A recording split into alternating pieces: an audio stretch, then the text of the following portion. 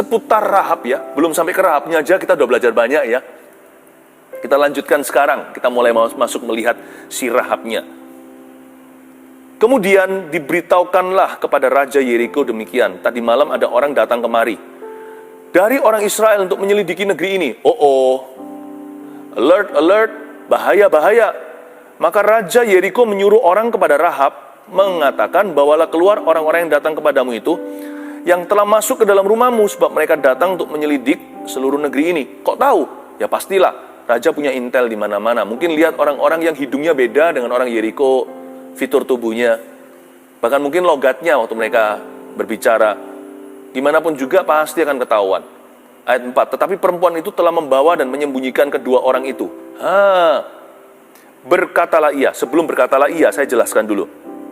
Si Rahab mengambil sebuah keputusan yang berhikmat, tidak memusuhi Tuhan dan umatnya. Dia membawa dan menyembunyikan kedua pengintai itu ke dalam rumahnya. Sebelum saya baca 4b, saya berhenti di sini dan ceritakan perkara benar dan betul yang kita putuskan dan bikin hari ini. Itu dampaknya jauh. Tabur tuai itu ada. Karena hari itu Yosua, ya kan, karena hari itu yang diutus oleh Yosua, dua pengintai ini diterima oleh seorang perempuan sundal. Ya. Dan Yosua, dan maka itu kemudian ribuan tahun kemudian keturunan Yosua, Yosua kedua, Yesus namanya. Yosua itu bahasa Ibraninya. Ya. Nah, Yosua dan Yesus sama artinya, Tuhan menyelamatkan. Tapi kalau ini Yosua jenderal perang. Kalau Yesus itu Yesus Kristus dari Nazaret, itu juru selamat kita. Ribuan tahun kemudian keturunan Abraham, ada yang namanya Tuhan Yesus Kristus. Yosua kedua itu diterima pula oleh pelacur.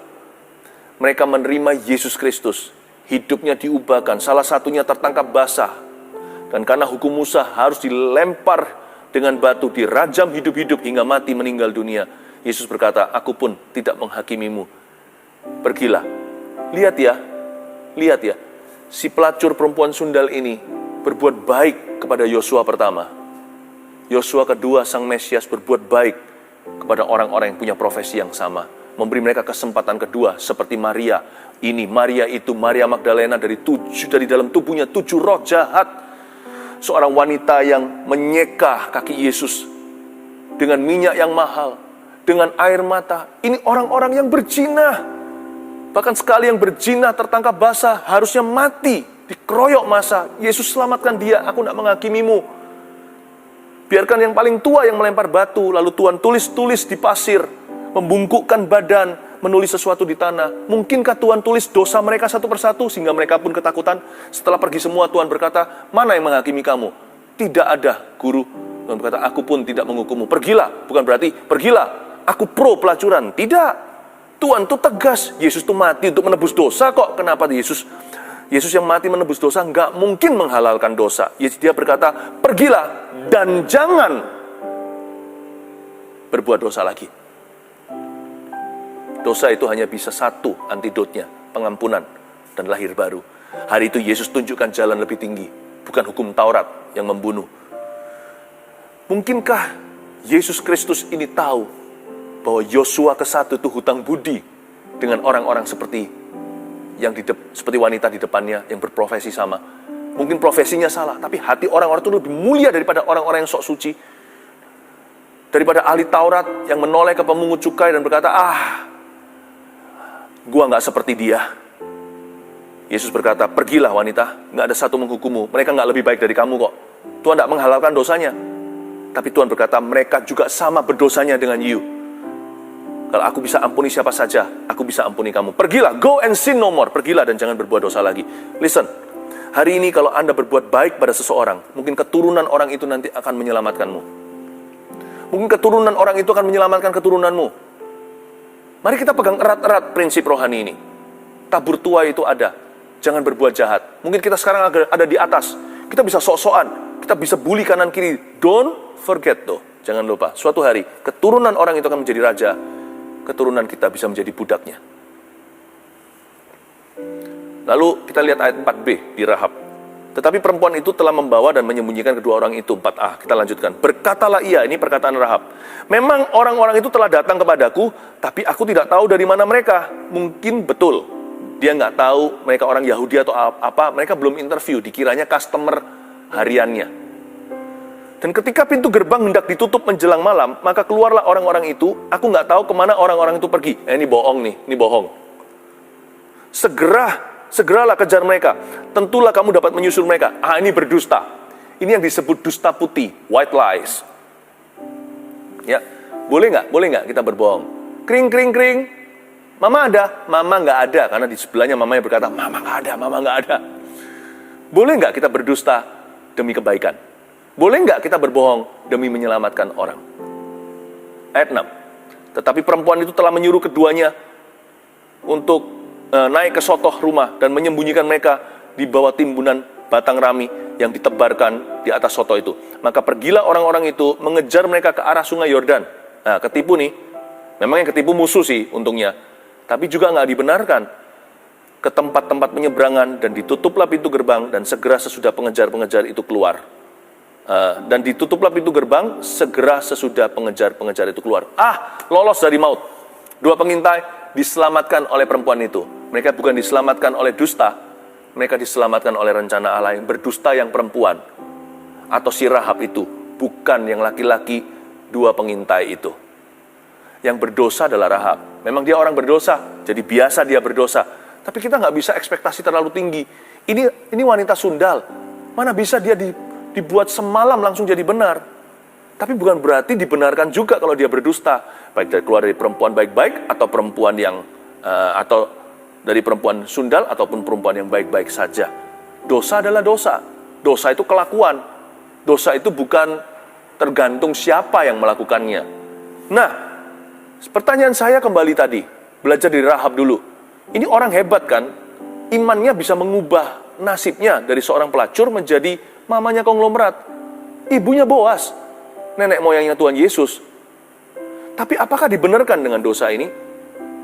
Karena ayat 4 berkata sekali lagi, ayat 4b, berkatalah ia, Alkitab hanyalah merekod, Alkitab hanyalah mencatat, Alkitab tidak membenarkan si Rahab berbohong hari itu. Alkitab tidak menghalalkan hal tersebut.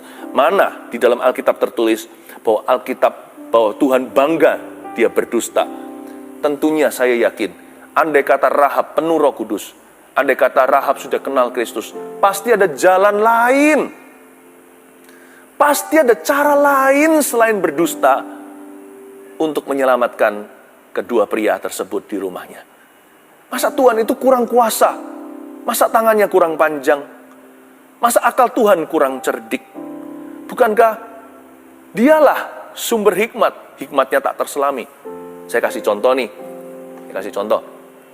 Kring, kring, kring, mama ada nggak? Mama di sebelah, karena mama nggak rohani, berkata, mama nggak ada. Tapi anaknya ini pelayan Tuhan, gimana caranya? Kalau saya begini, ya, saya gini, pasti ada cara lain selain berdusta. Karena di Taman Eden itu pohon ada banyak, bukan hanya pohon pengetahuan yang baik dan jahat. Pohon yang mendatangkan dosa itu ada banyak pohon, nggak hanya pohon kehidupan loh. Kalau pohon kehidupan memang pohon rohani, ada pohon yang lain, semangka ada di situ, bahkan durian, mungkin ya, atau rambutan, jambu, pisang ada di sana. Kenapa nggak makan yang lainnya? Manusia itu kurang kreatif. Kalau kita penuh Roh Kudus, ada kreator sang pencipta dalam diri kita. Yang kreatif dong. Selain dusta ada jalan lain pastinya. Kalau saya begini, mungkin ini adalah sebuah saran. Kalau mamanya berkata, nggak ada, bilang mama nggak ada. Mama nggak ada. Saya akan berkata, mama tidak bisa terima telepon sekarang. Apa saya bisa terima pesannya? Sebelum ada Veronica ya.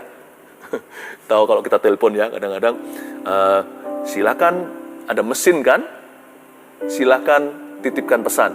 Nah, dulu kan nggak ada, dulu kan telepon rumah. Jadi gimana? Kalau sekarang kan tinggal nggak diangkat. Dulu kan kita nggak tahu, nggak ada caller ID-nya, kita nggak tahu siapa yang telepon kita. Kalau nggak diangkat gimana? Siapa tahu penting. Sekarang kan kita bisa nggak angkat aja. Nah, waktu itu kalau kita sudah terlanjur angkat, orang yang mencari kita adalah orang yang kita nggak mau temui. Gimana kita berbohong? Kalau saya di posisi itu, saya akan berkata, mama tidak bisa terima. Loh, di mana toh mamamu? Maaf, ada keperluan apa ya? Saya tidak harus menjawab kan. Saya bisa lemparkan pertanyaan terhadap pertanyaannya dia.